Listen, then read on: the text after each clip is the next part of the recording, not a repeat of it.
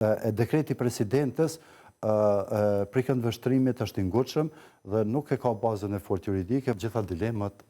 se përket tash nëse më lejo të marrë një rezume të shkurtër, se përket pjesës së dilemave të konstituimit ose formimit të institucioneve të vendit, në aspektin kushtetues, kjo është momenti i fundit ku përbyllet ky kapitulli fundit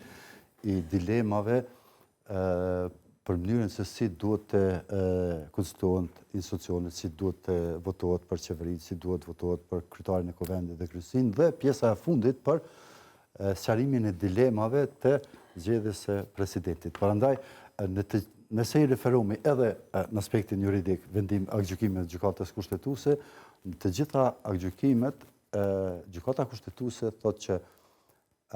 është në dorën e konsensusit politik dhe arritjes marrëveshjeve partive politike që të arrijnë kompromis politik për të vazhduar matutjen e konstituimit në institucioneve. Andaj, kjo dilema tani që është, a ka qenë dekreti i drejtë i presidentes për me shpërnda Kuvendin, apo s'ka qenë i drejtë, apo ka qenë kërkesa e lëvizjes vetëvendosje e cila insiston që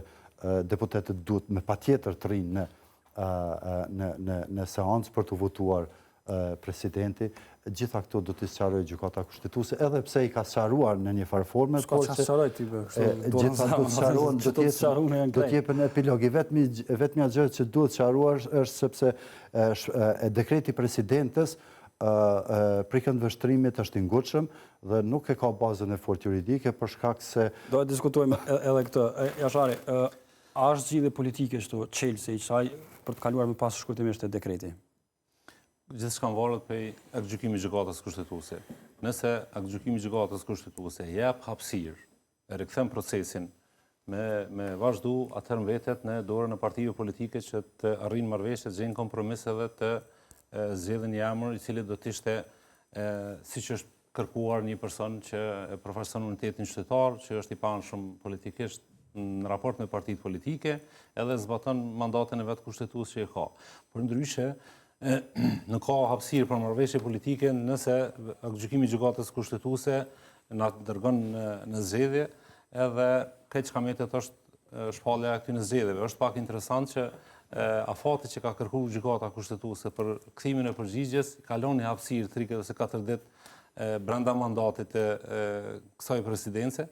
që nuk kupton që nëse me datën 31 aktgjykimi i gjykatës kushtetuese konfirmon dekretin e presidentes, atëherë ka hapësirë kohore që kjo presidente të i shpallë zgjedhjet edhe të mos ketë edhe një vakum tash që një ushtrues detyre ma nejt liun me datën e zgjedhjeve që ka konfirmuar edhe presidenti aktuale që ka luajtur në zgjedhjet e fundit.